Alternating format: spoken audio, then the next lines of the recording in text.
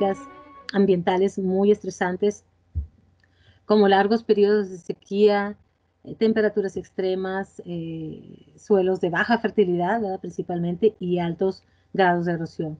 Entonces, se consideran, algunos estudios consideran que esta resistencia puede estar relacionada con la presencia de hongos micorrízicos de tipo vesícula arbuscular, que si bien es cierto, no son los únicos, ¿verdad? Hay otros estudios que hablan de hongos endófitos, de bacterias del grupo de las rizobacterias, la flora microbiana, en fin. Más sin embargo, bueno, nosotros que hemos estado trabajando un poco más con los hongos micorrízicos vesícula arbuscular, pues hemos encontrado que esta asociación favorece el crecimiento, el desarrollo de las plantas que crecen en estas condiciones tan limitantes, principalmente en el desarrollo del sistema radical. Eh, la presencia de hongos micorrízicos genera la formación de nuevas raíces y plantas más tolerantes al estrés ambiental y eficientes en el aprovechamiento de nutrientes y de agua del suelo. Esto se da principalmente por fuera de la raíz, se generan lo que es la colonización de las hifas y de las raíces secundarias, incrementando básicamente lo que es el volumen del suelo explorado. Entonces, lo que hace es generar un mayor crecimiento a nivel de las raíces, donde puedan explorar contenido de agua, de nutrientes que por sí sola la planta no podría. Entonces, dentro como parte de estos trabajos que hemos estado realizando, pues uno de los objetivos fue evaluar la composición de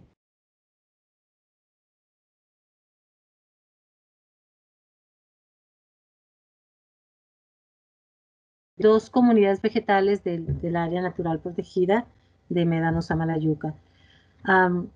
La, Bueno, este se llevó a cabo en dos sitios, básicamente en dos puntos dentro del área de Samalayuca. El primero fue un punto cercano al puesto de revisión militar, conocido como Precos. Este se encuentra ubicado en el kilómetro 315 de la carretera panamericana y aquí se muestran las coordenadas geográficas. Anteriormente ya habíamos realizado un estudio de la diversidad vegetal de estos sitios y los resultados de los parámetros ecológicos y el valor de importancia de las especies concordaron con la literatura de Cotecoca y de INEGI, en el que pertenece a un matorral mediano subinerme. Y las especies características de este tipo de comunidad básicamente son la Larrea tridentata, la Acacia constricta, Fucaria splendens, bastante abundante aquí, y Parthenium incanum. Pero el segundo punto donde se trabajó es en el ejido Villaluz, básicamente en el matorral de médanos, también se le conoce como matorral de mezquite. Aquí la vegetación dominante está conformada por Prosopis juliflora, a triples canescens, chamizo, donde formaban colonias o también se encontraban como individuos aislados. Y también algo interesante es que pues, en época de lluvia el suelo pues, se cubre parcialmente de algunos zacates y de hierbas anuales. Ah, ¿Qué hicimos en estos sitios? Bueno, sí, como mencionaba, se registraron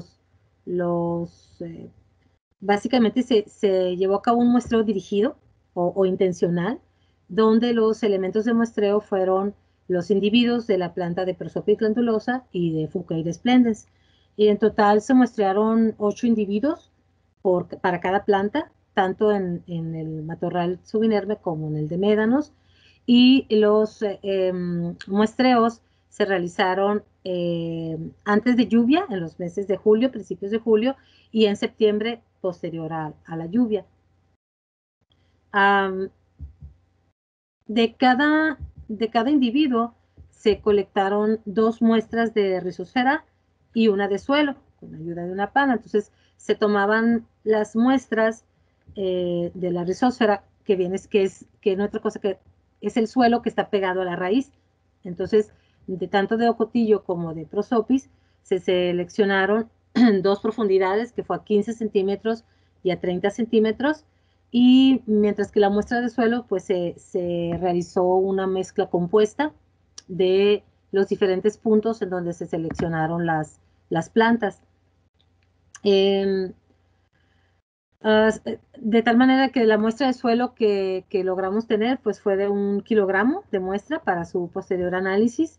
Estas se colocaron en bolsas de polietileno herméticas, se etiquetaron anotando la planta, la profundidad de la rizósfera, el sitio y la época de muestreo, es decir, si fue antes de lluvia o después de lluvia.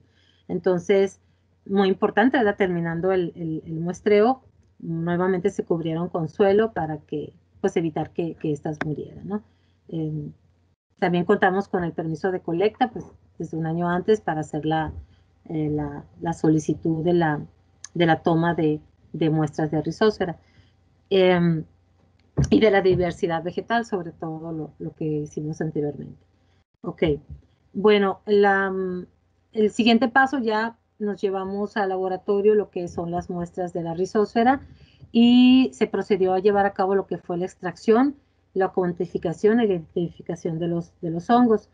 Esta se realizó a través de la técnica de tamizado, se llama tamizado húmedo y decantación, en combinación con la técnica de flotación en azúcar, que es una técnica muy conocida. Es un manual de Brundtland y colaboradores del 96. Esta se realizó con una centrifugación en solución de sacarosa al 70%, y para ello se tomaron muestras de 100 a 250 gramos de rizosfera.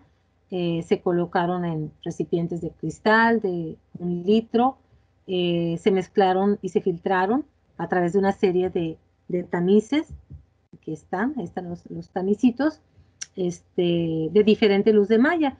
Fueron de 1 milímetro, de 500 milimicras y 20 micras. Los residuos se recuperaron que quedaban en los tamices con ayuda de una pipeta especial, y las muestras se depositaron en tubos de 50 mililitros para centrifugarlos, primeramente con agua 5 minutos y después con sacarosa al 70%, ya que esta permite hacer una separación de densidades y poder agrupar a a todas las esporas. Entonces, ya con este procedimiento pasamos al estereoscopio para hacer el conteo de la cuantificación de las esporas. Asimismo, cada una de ellas se logró extraer una espora y pasarla a prepararla como laminilla permanente para su posterior identificación, principalmente con ácido polivinílico y con Lugol. Principalmente la identificación se hizo a nivel de género a partir de las características microscópicas, ¿no? Las comparaciones, se utilizaron las comparaciones de la técnica de INVAM, perdón, de la técnica del INVAM, que es, un, es una plataforma, ¿verdad? Que significa International Culture Collection of Vesicular Arbuscular, y esa es de la Universidad de Virginia y se encuentra vía internet. Ahí vienen muy bien las características y la identificación de cada una de ellas. También, bueno, las muestras de suelo se tomaron, son muestras de suelo de 500 gramos, se, se tomaron 4 repeticiones por punto de muestreo y bueno, se secaron a temperatura ambiente, se tamizaron y estas fueron enviadas al laboratorio de suelos de la Facultad de Ciencias Agrotecnológicas de la Universidad Autónoma de Chihuahua para llevar a cabo los estudios del análisis de suelo. Y bueno, ya todos los resultados hicieron algunas pruebas de normalidad, de análisis de varianza y de correlación para ver si existía algún tipo de relación entre la variable densidad de esporas con algunos elementos de nutrientes. Estos son algunos de los resultados que encontramos aquí, podemos ver que al comparar la densidad promedio de esporas de ambas plantas, pues fue muy similar en general. En el ocotillo, pues varió de 57 a 73 esporas por cada 25 gramos de suelo, y en el mezquite de 55 a 65 esporas por cada 25 gramos de suelo de rizósfera. Pues aquí en realidad no vimos diferencias, no hubo diferencias significativas. Estos resultados posiblemente se deban a la similitud de las condiciones ambientales y a la cercanía pues, que dichas plantas comparten en el mismo ecosistema. Algo muy interesante es que algunos estudios muestran que no, por ejemplo, el de Barredo del 2010, él hizo un estudio de densidad de esporas de los hongos con dos especies de cactáceas, Mammillaria gaumeri y Pterocerus gaumeri, y también encontró mucha similitud en cuanto a la densidad de esporas, no había diferencias significativas. Um, los estudios de Pesani, él hizo una comparación en una zona muy cerrada de vegetación con respecto a una comunidad con una pendiente. Entonces, él sí encontró que la mayor densidad, pero ahí más bien sería por comunidad, no tanto específicamente una planta, sí encontró diferencias significativas en la parte más arbórea y más cerrada y más plana que en una parte con una pendiente. Y esto, bueno, se sugiere, ¿verdad?, que es básicamente por la condición del suelo y la superficie que esta presenta. Um, Ahora bien, algo muy interesante que encontramos es que los promedios de la densidad de esporas por la precipitación sí fueron significativamente diferentes. Aquí podemos ver nosotros cómo eh, el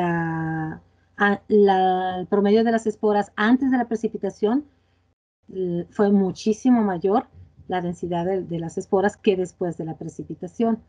Estos resultados coinciden con algunos estudios como los de Hernández y colaboradores del 2017, donde ellos también hicieron un estudio en matorral semidesértico xerófilo y encontraron que el mayor número de las esporas ocurre en la temporada de sequía, sugiriendo que una, un, cambio en un cambio en la temperatura y poca precipitación, ¿verdad? Cuando hay poca agua, eso genera el mantenimiento de las esporas.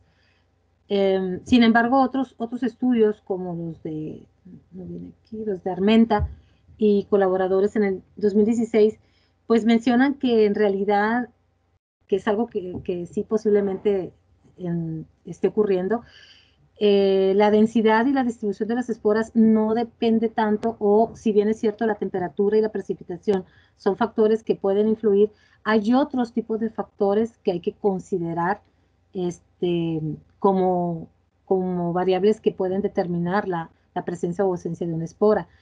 Aquí vienen algunos, que viene siendo la comunidad microbiana del suelo, la estabilidad y estructura y contenido de nutrientes en el suelo, la topografía del suelo, el disturbio ambiental que puede venir y el tipo de comunidad vegetal, por mencionar algunos. Entonces, en realidad, son muchos los factores que pueden influir, algunos en mayor medida y otros en menor medida. Eh, bueno, también nos dimos a la tarea de lo que fue la identificación del género y, bueno, la especie estamos manejando como afinidad, ya que hoy en día, para poder establecerlo como especie, pues se tienen que llevar a cabo estudios de biología molecular. Sin embargo, la mayoría de los géneros o de los individuos pertenecían al género Glomus, lo cual coincide también con algunos estudios que se le ha hecho a la gobernadora, a la red dentata, donde la gran mayor densidad de las esporas es perteneciente al género Glomus. Aquí las diferencias principales o las características principales para diferenciar a las esporas, pues son básicamente la forma de la espora, la ornamentación, como podemos ver aquí, sí están estriadas, la doble pared de la espora y, como pueden ver, la hifa de sostén. la forma de la hifa de sostén y la longitud de la hifa de sostén son también características claves en la identificación del género. Perdón.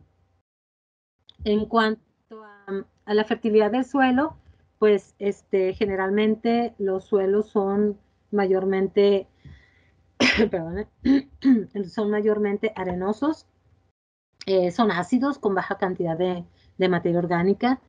Las concentraciones de los micronutrientes, como se puede ver, tanto en matorral de médanos como en mediano subinerme, pues son bajos y son deficientes. Y aunque no hubo diferencias significativas, a excepción de magnesio y de sodio, podemos ver pues una clara diferencia en el matorral mediano subinerme, que es un poco mayor en cuanto al nitrógeno inorgánico, fósforo, potasio, con respecto al matorral de médanos. Esto se sugiere que posiblemente sea por la diversidad de especies que es mayor en el matorral mediano subinerme que en el matorral de médanos. Asimismo, se ha sugerido que la presencia de potasio es un factor que influye en la relación de la presencia de hongos micorrízicos y con ello también con la diversidad vegetal. Entonces, pudiera haber ahí algún tipo de relación al respecto en cuanto al contenido de fósforo y de potasio por cada tipo de comunidad vegetal. Y bueno, en en este slide que queremos, ¿verdad? O que estamos viendo la relación que hay en cuanto a la densidad de esporas dada la concentración de elementos. Y bueno, aquí podemos ver que en el matorral de mediano subinerme se encontró una relación positiva de mayor cantidad de minerales y de mayor densidad de esporas. Sin embargo, esta no se presentó en el matorral de médanos, casi fue una relación negativa, es decir, la densidad de esporas disminuía con el incremento de los elementos minerales. Entonces, algunos estudios mencionan la relación del incremento de la densidad de esporas con el nitrógeno, dada por la capacidad que tienen las leguminosas de fijar nitrógeno. Sin embargo, solamente ocurre después de lluvias, antes de lluvias no ocurrió. Y algunos autores como Hernández y Schaylux, en el 2004, ellos explican que debido pues la bacteria Rhizobium, algunas rizobacterias que se asocian muy eficientemente con las leguminosas y que éstas producen a los exudados radicales en las plantas, pues inducen también a una mayor colonización micorrícica. Es decir, que la densidad de esporas disminuye con el aumento del nitrógeno. No significa que no haya micorriza, sino que la espora ya germinó como hifa y ya está colonizando a la planta. Lo mismo sucede con el fósforo. Aquí vemos que en el matorral mediano sin inerme son positivas y en el matorral de médano son negativas. Entonces, las distintas correlaciones entre plantas son debido a la adaptación que tienen estas plantas con los diferentes tipos de suelos. Aquí en el matorral mediano subinerme, es arenoso, pero tiene un poco de arcilla y tiene un mayor contenido de, ¿cómo se le llama? Arcilla, limo, ¿verdad? Es más limoso que arcilloso. En cambio, el matorral de médanos, pues es más arenoso que arcilloso y limoso, no tiene pues casi nada de eso, ¿no? Entonces, en precos, que es el matorral mediano inerme, se caracteriza por tener un suelo mayormente pedregoso, el cual es ideal para el establecimiento del ocotillo, mientras que en Villaluz el suelo es arenoso y le permite al mezquite pues tener un poquito más de humedad y de establecimiento. Entonces, mencionan a estos autores, Noglin y Kayan, ellos mencionan que una mayor movilización de fósforo hacia la planta estaría correlacionado a una mayor germinación de hifas en el suelo. Entonces, esto indica precisamente ese descenso en la densidad de esporas, ¿no? Y explica ese tipo de correlación que se está teniendo, ¿no? Posiblemente, si lo que encontramos fue que en matorral mediano subuniforme hay mayor densidad de esporas, ¿verdad? Y en el matorral de médanos no hay esporas, sin embargo, nos faltaría estudiar la colonización micorrística a través de las hifas para realmente encontrar esa correlación del elemento fósforo y del elemento nitrógeno con la colonización micorrística o la presencia de la micorriza en las raíces de las plantas. Entonces es una breve conclusión aquí de que la diversidad de hongos micorrízicos, vesículos arbusculares en las zonas áridas y semiáridas, pues en realidad está relacionada con varios factores que van a influir en la conservación y estructura de las especies vegetales. Y pues bueno, hablamos de tamaño del área de estudio, también es bien importante, ¿verdad? Porque entre más incrementemos el tamaño del área de estudio, vamos a encontrar una mayor diversificación en cuanto al comportamiento de las esporas y de las plantas. La estación del año, definitivamente, si se trabajaron con las 4 temporadas, sería pues más la información que pudiéramos tener, las características edáficas, la latitud, la altitud, en fin, todavía hay mucho todavía por escarbar, por investigar, para poder entender esa relación y ese comportamiento. Yo creo que sería todo y pues a la orden para alguna pregunta.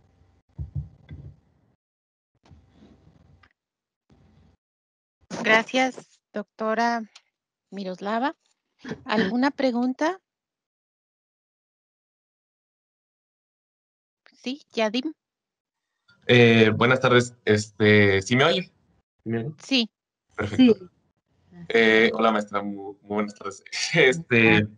Un muy gran trabajo, la verdad, primeramente. Y mi pregunta va relacionada justo a lo que mencionaba con las temporadas en los que se realizaron los estudios. Ajá. La densidad de esporas que se dio con la temporada de lluvias pues fue menor a la esperada. Aquí Ajá. la pregunta que haría es, ¿qué esperaría usted o qué esperarían relacionado a la densidad de esporas, por ejemplo, en la temporada donde hay tolvaneras o hay tormentas de arena dentro de la zona en la que mencionan donde se realizó el estudio? Es algo que me parece así como que, no sé si espera así una mayor cantidad o mayor dispersión de esporas, o qué es No, lo que o esperaría. no. O no, O o nada de no. esporas. Sí, yo creo que es otra variable muy interesante porque exactamente, o sí o no, porque precisamente cuando hay muchas tolvaneras, por ejemplo, en el matorral de mezquite, que el suelo es arenoso, pues hay mucha movilización del sustrato. Entonces, puede si recuerdan, las esporas están pegadas a la raíz de la plántula. Entonces, entre mayor sea la tolvanera, más expuestas están las raíces porque es muy fácil de escarbar y de estar tiene una facilidad para estar expuestas.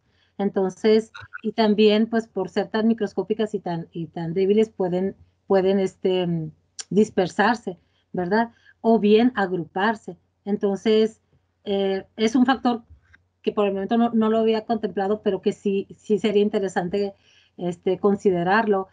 Y yo esperaría, la verdad no lo sé, esperaría mayor en un matorral de médanos que el suelo es más limoso, más arcilloso y que pueden y que puede estar más sujeta las esporas a las raíces. Y por eso, bueno, aquí no estoy presentando las diferencias de las profundidades, porque se manejaron a 15 centímetros y a 30 centímetros, precisamente porque hay raíces que están bien desarrolladas, ¿verdad? Y más profundas. Entonces, la profundidad de la raíz también puede ser un factor que vaya a tener unas diferencias significativas. Se supone que a mayor profundidad vamos a tener una mayor densidad de esporas. Pero lo que sí bien es cierto es que la densidad de esporas es un indicador de que hay presencia de hongos micorrízicos, pero al menos el resultado de los nutrientes no me da a mí esa relación. ¿Por qué? Porque al parecer es mejor evaluar la colonización micorrícica que el conteo de la densidad de esporas. Es decir, la densidad de esporas me sirve como un indicador, nada más como un indicador, pero la colonización micorrícica me va a ayudar a evaluar el éxito que tiene esa planta en ese sitio. Aunque también puede ser la densidad de esporas, pero todavía no hay un ajuste a la relación con los nutrientes, ¿no? Con los micronutrientes. Es muy diferente con las ectomicorrizas, es más fácil. Ok, no, perfecto. Muchas gracias. Sí, sería interesante y espero verlo. Ver más adelante, la verdad, ansío mucho. Gracias. Gracias, doctora Quiñones. ¿Alguna otra pregunta para la doctora? Tenemos unos 2 minutos más, si no hay. Bien, entonces agradecemos a la doctora Quiñones. Y Yadim, ¿puedes bajar la mano, por favor? Gracias.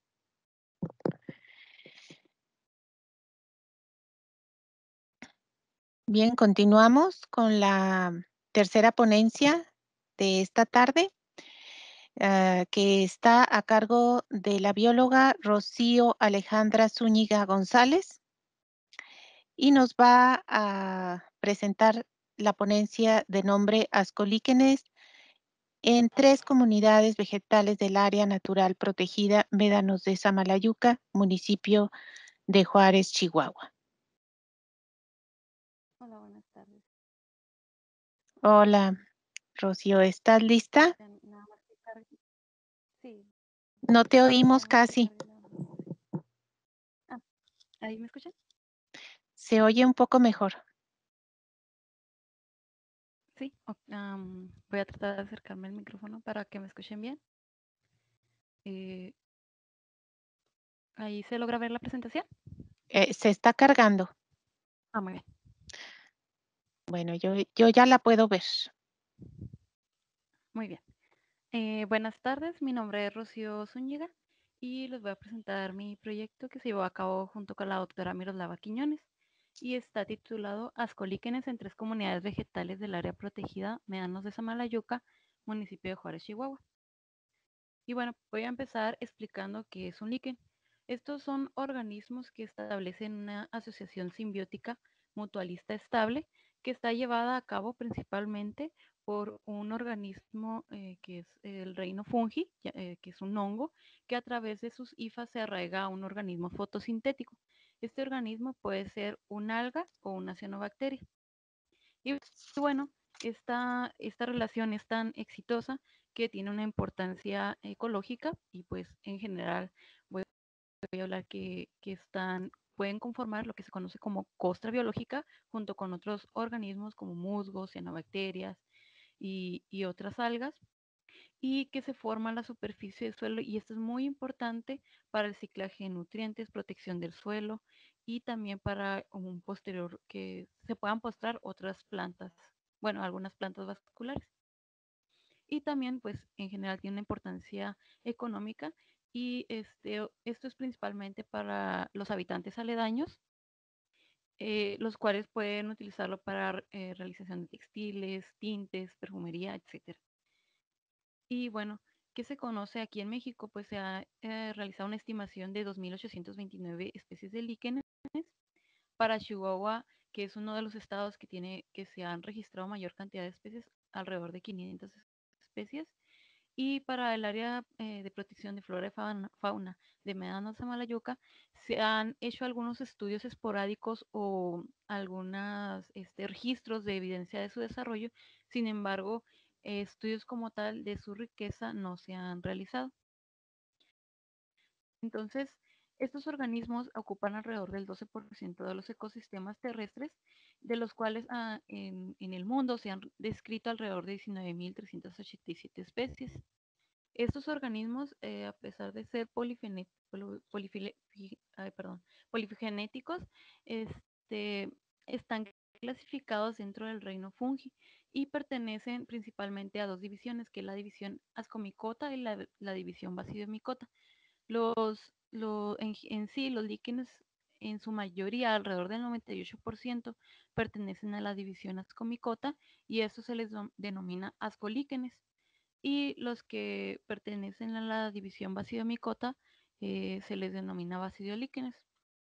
Los otros organismos, como les mencionaba, son organismos fotosintéticos y en sí hay algunos registros de cuáles se asocian a estos organismos y pues se les denomina fotobiontes, de los cuales si son algas se les denomina ficobiontes y se han asociado 25 géneros a esta asociación.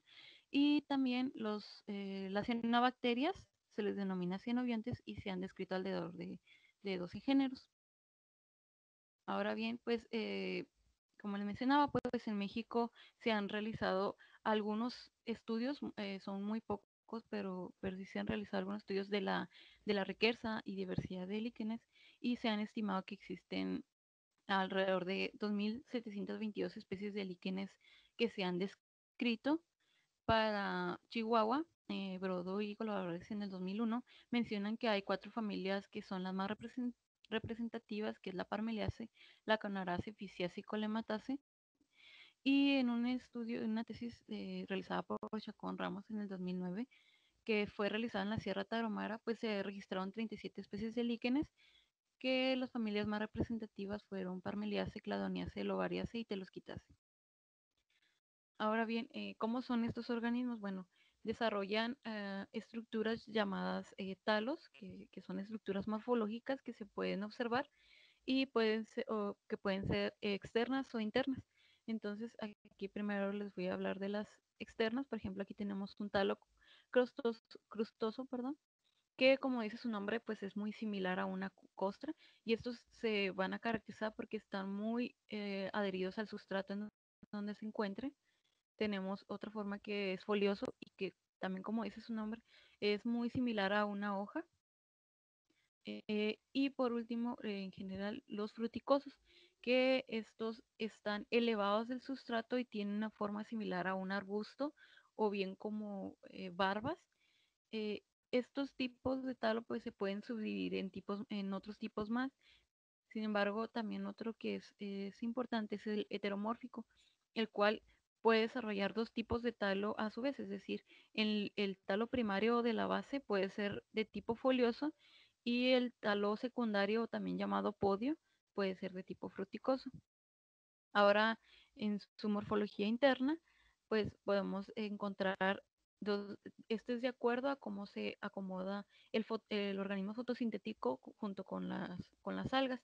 Entonces puede ser homogéneo, como el que vemos en esta parte, y también es denominado talo, eh, se me fue el nombre, bueno, es homogéneo, y este otro talo, que como podemos ver, aquí se distingue una, una capa algal, así se le denomina, donde se va a encontrar solamente el organismo fotosintético y se puede diferenciar ya al momento de realizar un corte.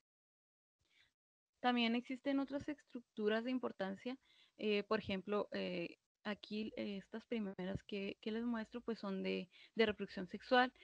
En este caso estos dos pertenecen a apotecios y en este caso este sería un peritecio, en los cuales estas partes de aquí que son denominadas ascas, y pues aquí las puedo representar aquí mejor, van a desarrollar sus denominadas ascosporas y bueno, todas estas estructuras son muy importantes al momento de identificarlo desde su forma, posición, tamaño, número de septos, capas, etcétera. O bien también estructuras que son de reproducción asexual, que por ejemplo pueden ser isidios, oredios, oralios, pignidios, y que nos van a permitir identificar a qué organismo pertenece el que se ha encontrado. Y pues estos requieren de cortes transversales y ciertas técnicas para poder observarlos en el microscopio. ¿Cuál es su importancia? Bueno, los líquenes son conocidos, ay, perdón, son conocidos porque son formadores y colonizadores de roca y también formadores de suelo. Entonces, por ejemplo, principalmente los líquenes de hábitos axícola que se postran sobre las rocas, pues a pesar de que su crecimiento es lento, eh, a través de los años van a permitir la formación de suelo. Y bueno, otra cosa que les mencionaba que son formadores de costras biológicas junto con otros organismos, y esto pues principalmente los líquenes de hábitos terrícola, los cuales van a permitir el ciclaje principalmente de carbono y nitrógeno, y también se ha mencionado que ayudan en la conservación del suelo y que se puedan mostrar otros organismos, por ejemplo plantas vasculares, e incluso funcionar como hábitat para microinvertebrados. Y bueno, se han utilizado ampliamente en la ecología, principalmente estos sobre hábitats que son perturbados, sobre su manejo a lo mejor forestal, perturbación, fragmentación, pero también hay una gran diversidad de estudios en los que se utiliza como bioindicadores de la calidad del aire, ya que estos absorben elementos que se encuentran en la atmósfera, principalmente metales pesados. Y bueno, como les mencionaba al inicio, tienen algún aspecto económico importante, ya que habitantes aledaños que se encuentran cercanos a ellos los han utilizado para elaboración de textiles, de perfumes, tintes, también como medicina tradicional, ya sea espiritual o terapéutica, y bueno, para la realización y venta de artesanías. También en parte se ha registrado que, que algunas culturas lo han utilizado como alimento, y bueno, pues eso es principalmente, ¿no? Entonces, el objetivo general de este trabajo fue contribuir al conocimiento de ascolíquenes en comunidades vegetales del área natural protegida Médanos de Samalayuca, Chihuahua. El área de estudio, como les menciono, pues fue en esta área de protección de flora y fauna, Médanos de Samalayuca, la cual pues se va a caracterizar por, ya de acuerdo a su humedad, por ser un área de clima árido a seco y con pues baja cantidad de lluvias. Aquí se establecieron 3 áreas de estudio, las cuales fueron la Sierra Samalayuca, Médanos y Ejido Bellelos. Y bueno, aquí les muestro el cuadro en donde están las zonas y la vegetación que fue determinada de acuerdo a sus características y sus coordenadas. Y bueno, primero que nada, pues las colectas se realizaron en 2016 y 2017.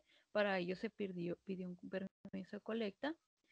El muestreo y colecta que se realizó fue de tipo dirigido, ya que se fueron tomando las muestras de acuerdo a su disponibilidad y accesibilidad.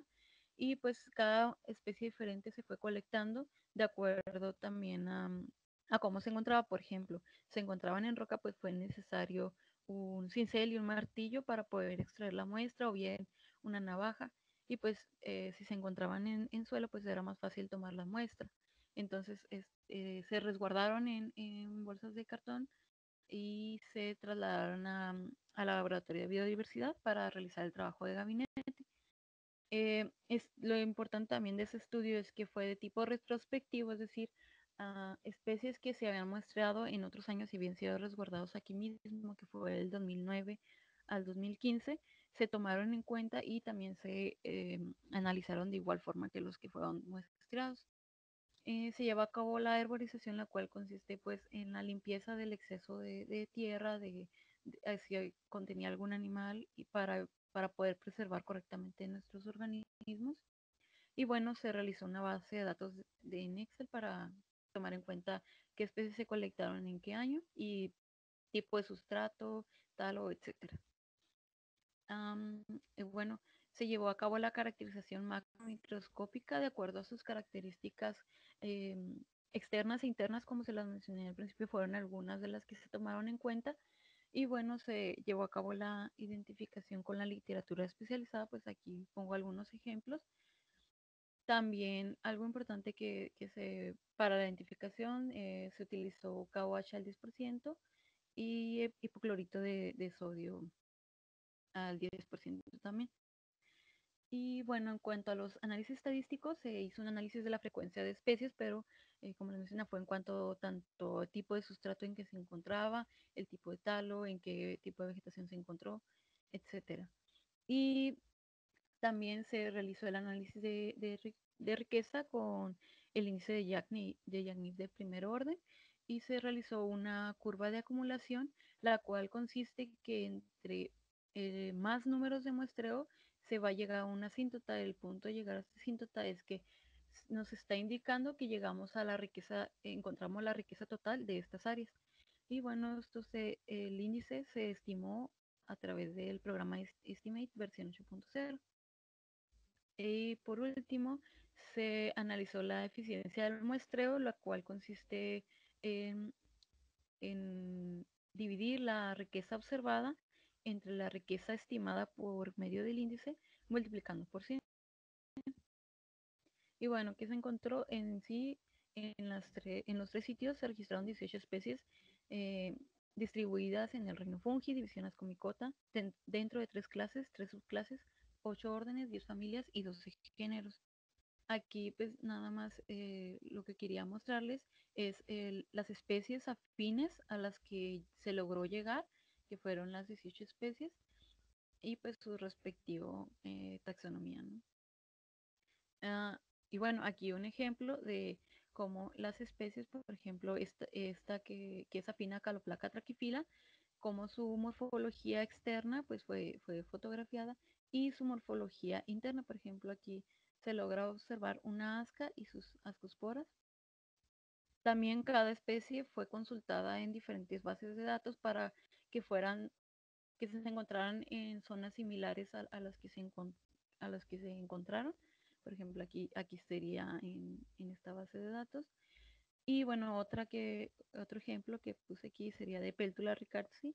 Y bueno, aquí su morfología externa y su morfología interna. Aquí se logra ver muy claramente una asca muy grande y que tiene abundantes ascosporas. Y bueno, en cuanto a la frecuencia que encontramos de la familia, la que se encontró con mayor abundancia fue en la familia Acarosporaceae. Y en otros estudios que se encontró, por ejemplo, realizado en México y en un ecosistema que es muy similar al que nosotros estudiamos, que es el matorral xerófilo, ellos destacan que 3 familias fueron muy abundantes, que fue la familia Telosquitaceae, Lichinaceae y Acarosporaceae. Entonces esto se asemeja a lo que nosotros encontramos. Y bueno, la familia Carosporaceae, aquí pongo una fotografía en campo, como se encontró, que sería esta especie que se logra ver como en verde limón y que se encontró sobre roca. Algunos géneros de especies que se mencionan en otros estudios, por ejemplo, aquí tenemos especies del género Endocarpón o especies del género Sora, que estos mencionan que son importantes en la protección del suelo, uso ecológico y como funcionan muy bien como hábitat para pequeños animales. Otras, por ejemplo, del género Buelia o del género, estas que son del género Caloplaca, que estas se han reportado que se encuentran principalmente en suelos, en sustratos con altos niveles de calcio. Y pues otras, por ejemplo, también del género Caloplaca, nuevamente del género Acarospora, del género Sora y del género Péltula. Estas se han reportado que son importantes en la absorción del dióxido de carbono. Y bueno, como les mencionaba, que, que en general los líquenes permiten eh, el ciclaje, pues como tal, del carbono. Entonces, pues tendría mucho sentido. Ahora bien, cuál tipo de talo fue más abundante? Nosotros encontramos que fue el de tipo crustoso, que como mencionaba, tiene forma de costra, y pues en otros estudios mencionan que en sí el mejor representado sí es el talo crustoso, seguido por el folioso y fruticoso, y esto se puede ver a que mientras más complejo es su formación, más complejo es su talo, pues es que hay mejores condiciones para estos organismos y pueden ser más exitosos. Ahora bien, ¿en qué tipo de vegetación se encontró mejor? Bueno, fue en la vegetación microfila subinerme, que es en la Sierra de Samalayuca. Y bueno, aquí como podemos ver en esta gráfica, en donde se encontró la mayor frecuencia de especies, fue ya en los años 2016-2017. Entonces, aquí significa o sea, que podemos estar llegando al límite de riqueza de especies. Y bueno, otros estudios se ha reportado que la mayor frecuencia en otros ecosistemas es en bosque templado, seguido por matorral xerófilo, bosque tropical húmedo, bosque estacionalmente seco y bosque húmedo de montaña. Y pues como les mencionaba, el ecosistema más similar al que nosotros estudiamos es el matorral xerófilo. Sin embargo, podemos observar que el mayor número de estudios que se han realizado pues es en bosques y pues también en donde son más exitosos estos organismos. Ahora, la frecuencia en cuanto al tipo de sustrato, como podemos ver, es principalmente sobre roca. Estos tipos de líquenes que se desarrollan aquí se les denominan saxícolas. Y bueno, en otros estudios, la mayor frecuencia que se ha encontrado es sobre corteza vegetal, seguido por rocas, hojas y suelo, y bueno, algunos otros que se desarrollan sobre madera, musgo o algunos sobre otros líquenes. Entonces, esto también tiene mucho que ver sobre el hábitat en que se encuentran, porque, como le mencionaba, aquí se encontraron sobre roca y de hecho fue en la sierra de Samalayuca, donde es una zona en donde pues, es rocosa y se pueden formar los micro hábitats ideales para que estos organismos tengan la luz ideal y la humedad para su desarrollo. Y bueno, ya casi para terminar, se analizó la riqueza de acuerdo al índice de Yacnis de primer orden, en la cual nosotros observamos una riqueza de 18 organismos, como podemos ver, esto es lo que nosotros analizamos. De este lado está el número de muestras que se realizaron. Y bueno, el índice nos estima que debimos haber encontrado 21 especies con estos muestreos. Y nos dice también que hay una eficiencia del muestreo del 84.90%. Aquí en este caso también, en este estudio que les mencionaba de Herrera Campos y colaboradores en 2014, ellos hicieron un estudio a nivel nacional en donde encontraron 506 especies escritas del 1850 al 2012 y tampoco lograron llegar a la asíntota, o sea, a la riqueza total como tal, y pues se podría decir que por lo tanto se requieren aún más muestreos para poder conocer la riqueza completa de estos sitios de líquenes. Y, y bueno, como parte de otra conclusión, pues efectivamente estas zonas, principalmente lo que es la Sierra de Samalayuca, tiene las condiciones propicias y adecuadas para el desarrollo de estos organismos y que puede ser importante para posteriores estudios acerca de su impacto, principalmente antropogénico y, y también para posteriores manejos de conservación. Y bueno, esta es parte de mi literatura citada y sería todo por mi parte. No sé si tengan alguna duda.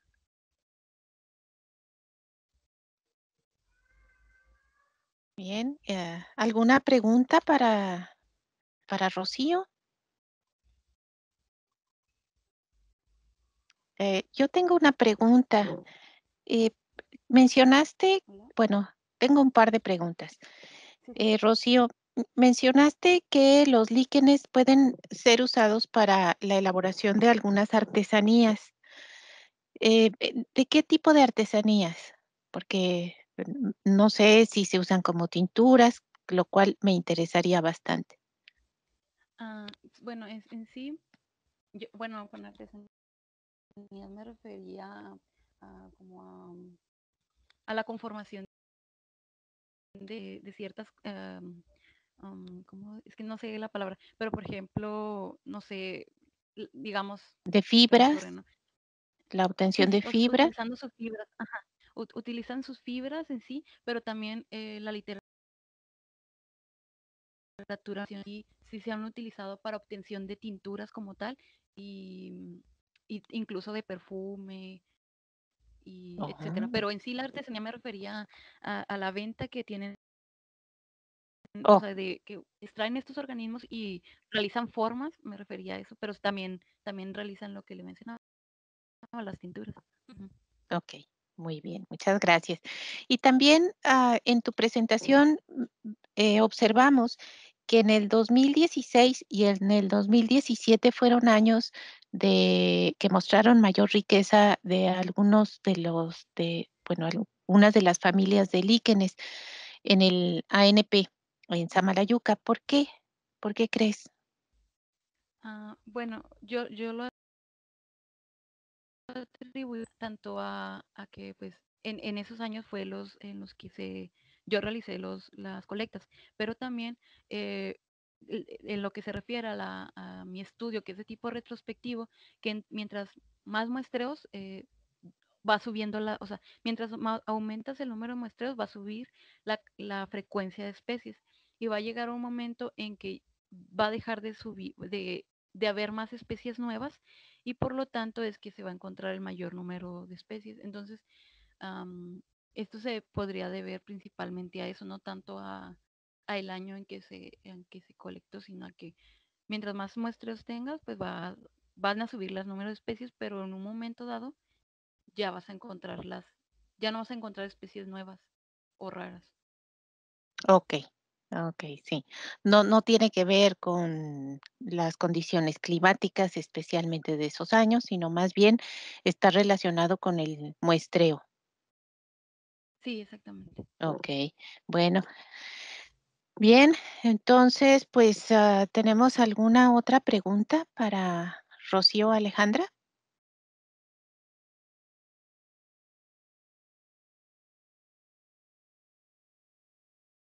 No, muy bien. Pues entonces le agradecemos por su presentación, su Muchas gracias. participación. Ujú. Pues hemos ido bastante rápido, ¿verdad? En el desarrollo de esta mesa. La última ponencia de esta tarde en esta mesa está otorgada por el doctor Izaguirre Pompa, que es acerca de la química de la salina de Samalayuca, el salado, una sal muy especial en el desierto de Samalayuca. Doctor, pues lo dejo con su audiencia. Buenas tardes a todos. Gracias por estar aquí, a todos los que están presentes. Pues voy a hacer una pequeña introducción nada más de quién soy y mi grupo de trabajo. Pues somos profesores del programa de Ingeniería en Geociencias en el campus IIT en la Universidad Autónoma de Ciudad Juárez. Somos parte de un programa nuevo de Ingeniería en Geociencias que tiene pues ya 4 años y medio, 5 años. 4 años y medio, creo que vamos a tener nuestros primeros egresados. Yo ya tengo aquí, ya voy a para 4 años aquí en Ciudad Juárez. No soy tan extraño de esta zona, ya que yo soy oriundo del estado de Sonora, aunque pasé una buena parte en el centro del país. Y pues ahora ando extendiendo mis tentáculos, tratando pues, de hacer algunos estudios aquí, a pesar de que tengo estudios pendientes en otras zonas. Bueno, eh, ¿cómo nació este estudio? Este estudio nació a partir pues, del periodo ahora de confinamiento que tuvimos desde marzo hasta un tiempo y que ahora al parecer vamos a tener otra vez un poquito de eso. Eh, pues fue porque visualicé este lugar a la lejanía regresando de Ciudad Juárez. En realidad yo fui a otro lugar a tomar muestras de unos fósiles y pues visualicé este lugar abandonado y me llamó la atención. Y pues le comenté al doctor Miguel Domínguez, que es el segundo doctor aquí en la lista. Le comenté pues qué era ese lugar y ya me comenta que es una salina que se explotó por algún tiempo y pues ya me estuvo explicando un poquito y pues ya busqué información en la cual no hay disponible, no hay tanta información, pero bueno, sí hay noticias en los diarios o en internet de que es una salina que estuvo explotándose eh, en 1940 a 1960, donde se estuvo extrayendo sal. Pasaba el ferrocarril cerca, pasa el ferrocarril cerca y pues se cargaba la sal y que además pues inclusive se generaba un agua mineral de ahí. Luego pues que también al parecer este salar ya era un salar natural, es un bajo topográfico el cual se generaba anualmente pues capas de sal, y pues estas eran aprovechadas por las culturas pasadas, ¿no? Como la cultura mogollón, por ejemplo, que venían hasta acá y pues explotaban o tomaban muestras de sal o usaban la sal que se generaba ahí. Supongo yo que después pues, en los años 40 pues se notó eso y pues se amplió el lugar y se hizo un salar artificial en el cual de manera natural se aprovechó las escurrentías y pues la generación de esta sal, de estas sales. Ahorita vamos a ver por qué no es en realidad una sal de mesa, sino que es otro tipo de sal. Bueno, vamos a comenzar. Vamos a ver. Bueno, ¿dónde se localiza? Pues partiendo, por ejemplo, para los que para los que se ubiquen que son fuera de la ciudad, pues partiendo de la X hasta este lugar, siguiendo este camino rojo que es la carretera panamericana, la avenida tecnológica carretera panamericana, son como 35 kilómetros, más o menos, y pues es justo enfrente de la cementera de GCC de aquí de Ciudad Juárez. Aquí podemos ver pues Estados Unidos acá al norte, donde se ven esos campos de cultivo, y acá pues esto sería ya México, ¿no? Y acá la sierra de Juárez, y acá al sur la sierra de Samalayuca, que es un espinazo de sierra pues muy peculiar. Bueno, el camino rojo ahí nos indica, ¿no? Está básicamente el pie de montaña o las faldas de lo que sería la Sierra del Presidio, que viene siendo esta de aquí. En un acercamiento, ahí vemos la cementera que les comentaba. Esta es la Sierra del Presidio y en una extensión de la sierra, acá tenemos una fábrica de paneles de yeso y el lugar es este de acá, donde acaba el camino. Se puede llegar ahí fácilmente ya que la carretera, sobre la carretera hay una pequeña capilla, que es la capilla de San Lorenzo, ahorita vamos a ver, pero bueno, ahí si visualizan esa zona blanca, pues es el salar. Es esta capilla, la capilla de San Lorenzo, que pues es bastante visible desde lejos, y ahí justo está el ingreso a este lugar. Después se sigue una carretera abandonada, que se van a topar con unas torres de electricidad y van a ver un campo de dunas de arena, que es un campo similar al campo de dunas principal de la zona protegida Samalayuca. Son muy similares, pero nada más que está del lado oeste de la carretera. Ahí pueden ver qué aspecto tiene esto. Acá en el fondo se puede ver el campo de dunas principal y este campo de dunas pequeño, que está fuera en realidad de la reserva, pero es similar. Y acá al fondo se puede ver la sierra de Samalayuca. Ese es el aspecto que tiene a lo lejos desde la carretera una construcción artificial. Una construcción, es un edificio antiguo que se está derrumbando, que esa era las bodegas, o esa era la salinera que estuvo operando en ese tiempo, aparentemente de 1940 a 1960. Ahí podemos ver una imagen más sobre este salar y sobre esa construcción que se veía ahí en esa fotografía anterior. Aquí se ve la fotografía. Aquí se ve perdón, la construcción y otra pequeña construcción acá.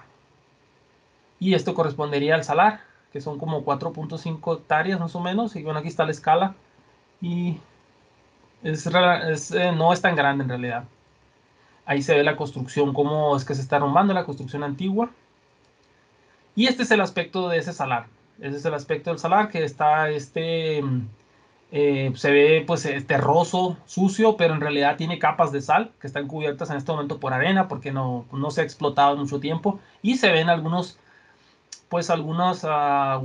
zonas negras, que es acumulaciones de oxidación, de manganeso, de fierro, y sobre todo son zanjas de autos que se meten ahí de manera recreativa, se meten a dar vueltas y se imagino que se atascarán y harán desastre, ¿no? No saqué más fotos cuando fui en ese momento, y pues bueno, esa es una foto, ese soy yo, con un burrito y mi hija en el otro brazo, donde se puede ver cómo es este salar, ¿no? Esta laguna salada. el tamaño que tiene y pues más o menos el aspecto que tiene. Ese es el aspecto de la sal superficial, es la más nueva, la que se está generando actualmente. Ahí se puede ver inclusive al fondo, detrás de mi muñeca, se puede ver la salmuera, cómo es que, de qué aspecto tiene, amarillenta, y cómo es que se está, el aspecto que tiene la sal, básicamente. Ahí son granos finos, sal muy fina, porque es la superficial, es la más reciente, ¿no? Ahí tenemos muestras de capas de sal ya centimétricas, 5 o 10, de 5 a 10 centímetros de sal más gruesa a profundidad, eh, que tiene pues un aspecto de color blanco lechoso, y pues es más granuda, como se ve aquí. Por ejemplo, aquí se ven los granos, mucho más granuda. Ahí se ve la escala de la pluma. Ahí vemos un acercamiento a los granos, cómo se ven. No es cúbica, es algo que de entrada me llamó la atención. En ese momento no tenía ni idea. Antes de hablar con mi colega, antes de hablar con ella, pues me llamó la atención de que no parecía pues la típica sal de mesa, la alita que tiende a ser cúbica, y que además en el campo pues la probé y no era tan salada como normalmente tiene que ser la sal de mesa que consumimos. Esta tiende a tener formas piramidales, bipiramidales inclusive. Y pues entonces lo que me puse a hacer es, rápido lo que hice fue hacer un estudio geoquímico. Hice la química de la sal rápidamente, aprovechando que había oportunidad en el laboratorio. Porque se abrió el espacio para hacer un análisis usando fluorescencia de rayos X portátil, de una fuente relativamente débil. Se pudo obtener esta geoquímica, esta química que nos dice que las muestras de Samalayuca pues tienen concentraciones más o menos normales de sodio, pero no tienen concentraciones normales de cloro, sino que tiene concentraciones de azufre. Entonces, pues rápido saltaron ahí las alarmas. Pues esto no es sal, entonces no es sal de mesa. Si no tiene cloro, no es sal de mesa. Vamos a analizar sales comunes. Rápido a la casa a analizar sal de los Himalaya, la típica que nos venden en las tiendas, y también sal de Cuyutlán, tengo sal de Cuyutlán, ya que es una sal del sur de México, en Colima, que es muy conocida, muy célebre, ya que es pues muy buena, de hecho, la sal. Tiene bastante potasio, tiene algo de potasio. Como pueden ver, se diferencian, pues tienen concentraciones mayores en potasio normalmente que esta sal, que la de Samalayuca. Pero esta sí tiene concentraciones altas en cloro y por supuesto en sodio. Entonces acá estamos hablando de que esto es un compuesto de azufre, de Samalayuca es un compuesto de azufre con sodio, mientras que las sales comunes de mesa pues son compuestos de cloruro de sodio. En este gráfico rápidamente podemos ver eso, ¿no? Podemos ver que el sodio más o menos es lo mismo, pero en el caso de cloro y azufre no, hay discrepancia. Es completamente, pues difiere uno del otro, ¿no? Mientras que en la alita normal es cero, básicamente el cloro, perdón, y aquí hay un error. Está inverso, está al revés, hay un error ahí. Simplemente está invertido el color. Está invertido el color. El azul es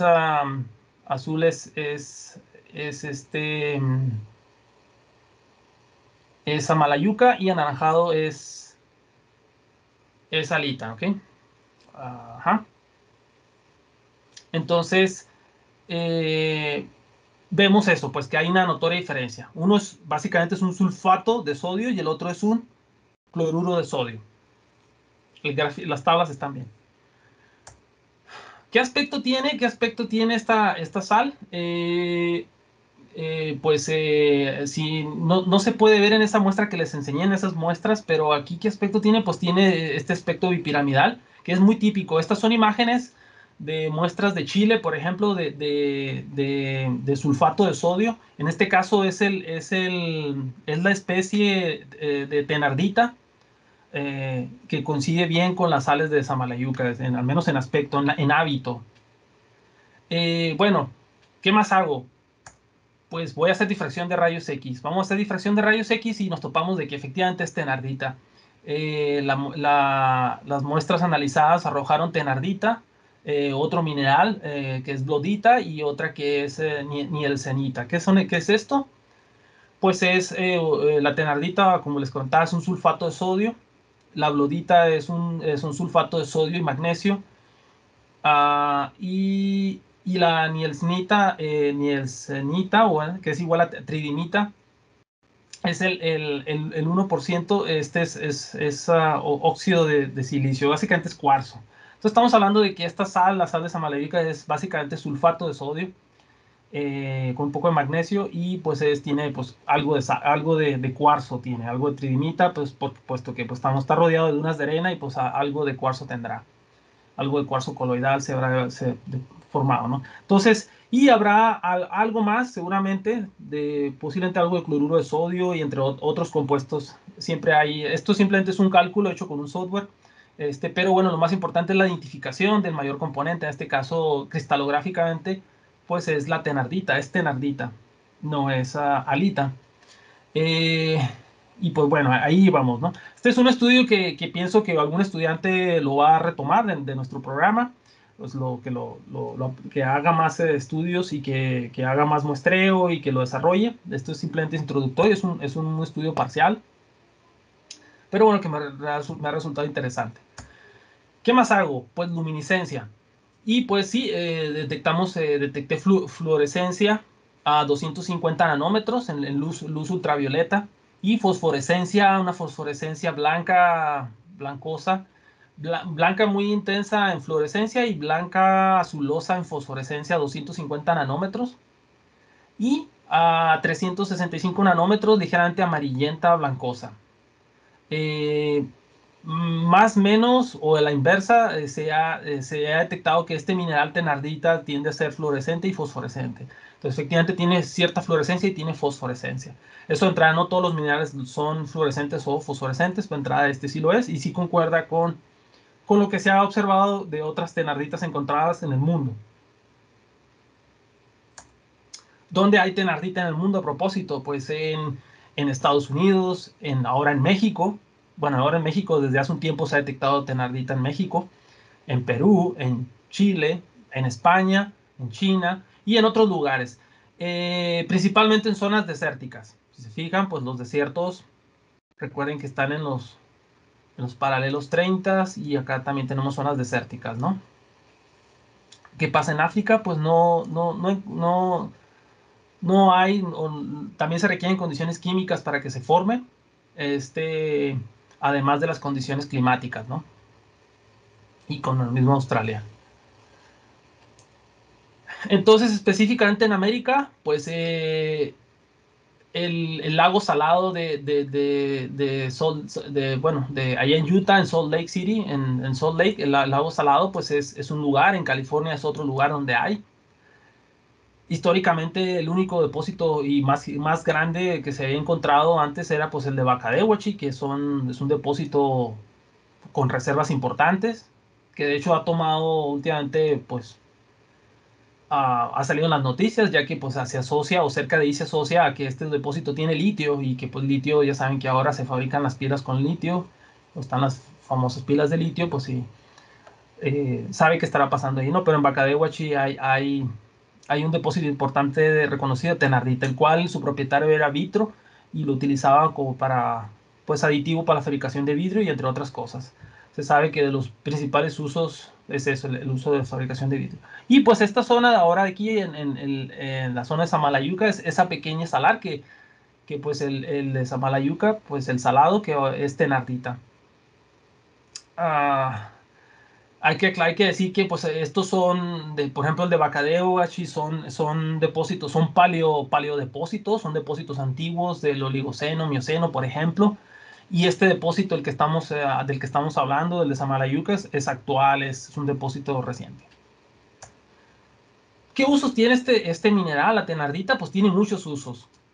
Y el compuesto como tal, o el mineral, tiene muchos usos, principalmente pues celdas solares, tratamiento de agua, fabricación de vidrio, detergentes, se utilizan detergentes, casi todos los detergentes, muchos llevan este compuesto, sulfato de sodio, jabones, pues eso, tiene usos en la industria. Claro que pues muchos se explotan, es más fácil explotarlos de utilizarlos o aprovecharlos de los recursos de manera natural, que a veces sintetizarlos. Se puede sintetizar, pero es mejor obtenerlos, o mejor calidad tienen cuando son de origen natural.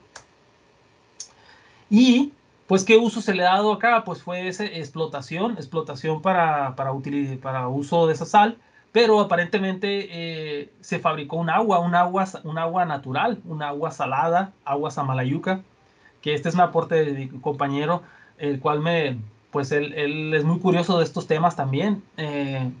Y pues aquí vemos la solución, tenemos la fórmula química de esa agua. Para los que son locales en esta sesión, esta plática, yo no sé si habían visto esta botella de agua o si sabían de esta agua, se producía en ese tiempo. Y aparentemente, pues ven, el mayor componente es sulfato de sodio.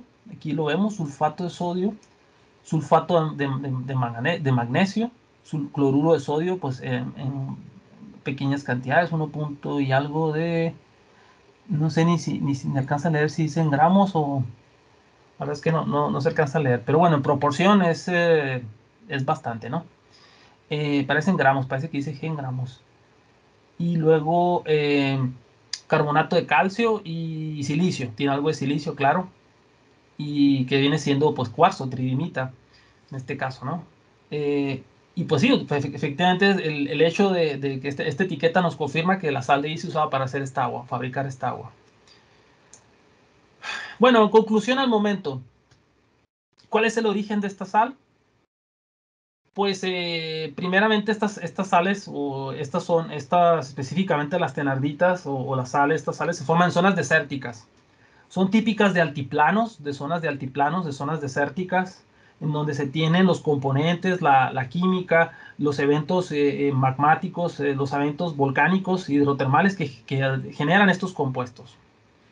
También existe la presencia de sulfatos en el área. Toda esta área o esta zona regional, pues tenemos, a nivel regional tenemos presencia de yeso, que es un sulfato de calcio, y tenemos pues la molécula sulfato presente en el área.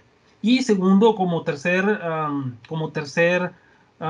requisito, pues tenemos cuencas cerradas, típicas de altiplanos. Aquí todavía estamos ese lugar está en una zona que no está totalmente abierta o no está abierta hacia una cuenca que derive hacia el mar, sino que es un altiplano en el cual pues de hecho alrededor podemos observar ciertas playas o ciertas de estas cuencas cerradas en donde las escorrentías no tienen a dónde ir, salvo a un bajo topográfico. Entonces, ¿qué hace falta hacer? Pues igual determinar que por ahí un posible origen utilizando geofísica, buscando debajo de las dunas de arena, buscando bien en las sierras, la fuente más idónea, a un estudio cartográfico, un estudio microscópico, microscopio electrónico. Pero bueno, no ha habido oportunidad. Esto es reciente, esto hace mes y medio. Esto es cuando iniciamos clases en julio. En julio apenas tomé las muestras y se ha podido hacer lo que se ha podido, ¿no? Y pues bueno, me acabo de encontrar con estas referencias que en el plan de manejo sobre el área natural protegida de Samalayuca me encontré estas referencias, las cuales no creo que sean tan fáciles conseguir. Si alguien me echa la mano en ese sentido, si alguien sabe dónde las puede encontrar o si las tienen, pues eso. Y aquí pues se ve que es un informe preliminar sobre un reporte sobre las salinas hacia el señor Rafael Ballina. Me imagino que debió haber sido el propietario de este lugar. Y bueno, y uno es sobre un estudio geofísico que es aún más viejo, del 56, sobre, no sé, igual estaban determinando la profundidad de esto, si tenía un potencial mayor, ¿no? Y sobre todo, pues para su uso, su empleo. Y creo que pues esto es todo por el momento. Gracias por escuchar y pues preguntas y comentarios, bienvenidos. Muy interesante, doctor Aldo. ¿Alguna pregunta para el doctor?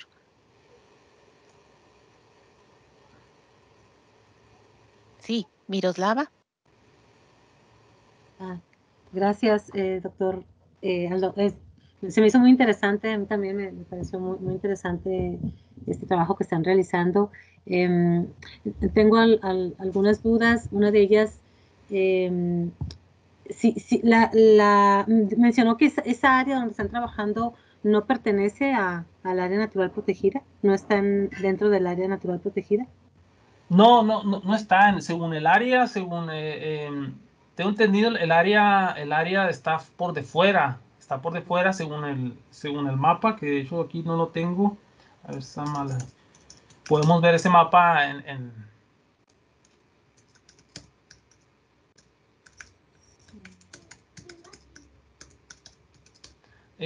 bueno, entonces no la podemos encontrar siempre, ¿no? Ay, no, ahora no sale a la primera. No se preocupe.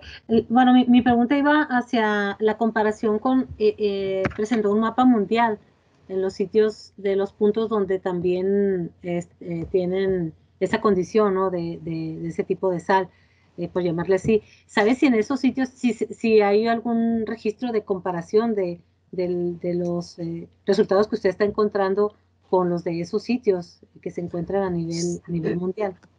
Sí, lo que intenté buscar, encontrar pues es la composición química precisa. Sin embargo, no es tan fácil encontr encontrar la composición química en internet al menos, o en publicaciones. Sí. Y pues por el momento no he encontrado composiciones generales. Pero bueno, ya me he dado más confianza en hacer la difracción de rayos X, ya que la difracción de rayos X es un estudio cristalográfico, se estudia la estructura cristalina, se estudia la celda unitaria, y ya sabemos que eso es como obtener la huella, la huella digital de un mineral. El tamaño de la celda unitaria es inconfundible, sabemos que es ese mineral. O sea, estamos completamente seguros de eso. Ahora, la composición química normalmente tiende a ser muy exacta, ya que pues, la molécula, la celda unitaria está compuesta precisamente de estos átomos, y solamente están pues, atraídos por sus fuerzas, unidas por un enlace, pues un enlace, en este caso, pues un enlace iónico. Y una última ya para terminar. Estoy viendo la fotografía del agua de Samalayuca, del frasco. Perdón, la acabo de quitar, la voy a poner. No se preocupe. Bueno, sí, me llama la atención que dice dosis la que el médico señale. Es decir, ¿se utilizaba como fuente medicinal? La verdad es que no tengo ni idea. No lo sé. Esta es un agua. Yo no soy oriundo de aquí, Ciudad Juárez. Mi compañero, pues él es básicamente de aquí. Igual alguien de aquí, el público, alguien que, no sé, o pregunte a sus papás, y que pueda pues decirnos, ¿no? O si igual, si sabe si tienen por ahí alguna botella, o si sabe de esta agua, pues yo no sé, no he podido encontrar información, al menos en internet, y además que estamos pues un poquito limitados desde que comenzó esto de la pandemia, y pues no he Sí. podido platicar con mis compañeros o con más gente. Ok, muchas Pero gracias. sí, ahí dice, ¿no? La que el médico La señala. que el médico señale, sí, entonces, o sea, que se usaba. Oral, sí. Y se usaba con alguna fuente medicinal, pero por eso me llamó la atención. Y si hoy en día la siguen usando. Pero bueno, por ahí anda la maestra Irma Enríquez, no sé si ella sepa algo al respecto. Sí, gracias, Miroslava. Cedemos la palabra a la doctora Gatica. ¿Qué tal? Buenas tardes. Es Buenas tardes. muy interesante el estudio que realizaste en este tiempo de la pandemia. Me parece que utilizaste muy sabiamente el tiempo. Yo no soy de aquí, pero ya me había dado cuenta de ese sitio e investigué con algunos amigos, y uno de mis estudiantes me dijo que era una salina. Él sí es oriundo de por acá. Y por mucho tiempo yo lo observaba, la construcción y estas ruinas que están por ahí, pero también lo que sí es cierto es que he notado que, como tú ya lo evidenciaste, estas huellas de los vehículos fuera de carretera están impactando fuertemente esta zona, y eso es una de las grandes preocupaciones que podría existir, y efectivamente está fuera del ANP, pero lo que sí es muy cierto y muy importante es esta peculiaridad de la calidad de esta condición de sal, ternarita, y que creo que vale la pena considerarlo dentro de estos estudios de patrimonio histórico, porque para la ciudad hay muy pocas cosas que se pueden decir que son relevantes en términos históricos, y creo que esto es una gran oportunidad en todos los contextos, ¿no? Incluso todavía faltaría pensar qué microorganismos podrían estar adaptándose a estas condiciones de sal. Muchas felicidades a ti y a tu equipo. Gracias. Sí, efectivamente, también ahí en este lugar, pues se ven solo botellas pues de cerveza, botellas de... Va gente a pasar el rato y a tomar. Y no sé, yo creo entrada de copas se meten a ese lugar, el cual no es recomendable meterse ni siquiera pues a pie porque te hundes en ese lugar. Es un lugar fangoso que es muy difícil salir de ahí. Me imagino que en auto y pues también a pie, yo me metí y pues mis zapatos básicamente los tuve que lavar porque se llenaron de sal y de lodo. Es bastante complicado entrar por ahí, pero sí, se está destruyendo este lugar, se está deshaciendo y es un lugar histórico, efectivamente, y pues no deberían de estarlo destruyendo. Bueno, doctor, pues muy interesante su participación. Estoy segura que los que lo escuchamos, pues vamos a intentar de colaborar de alguna manera con información. Eh, Irma Enríquez, pues es la maestra, ha trabajado mucho esa área, tiene mucha información sobre eso y menciona que no tiene ahorita micrófono, pero estoy segura que podemos comunicarnos con usted más adelante para poder, pues colaborar, ¿verdad? Para que sea, pues que no quede ahí en esta conferencia. Bien, entonces, vamos a dar por terminada esta mesa. Le pido, doctor, por favor, si puede poner sus datos, su correo electrónico en el chat para Sí. que puedan ponerse en contacto con usted. Sí, claro. Sí. Y en lo que nos comparte el doctor su correo, pues están invitados a la conferencia magistral que precede de esta sesión. Sí, ahí ya nos compartió el doctor su correo. Y pues les agradezco a todos su participación en esta mesa. Gracias.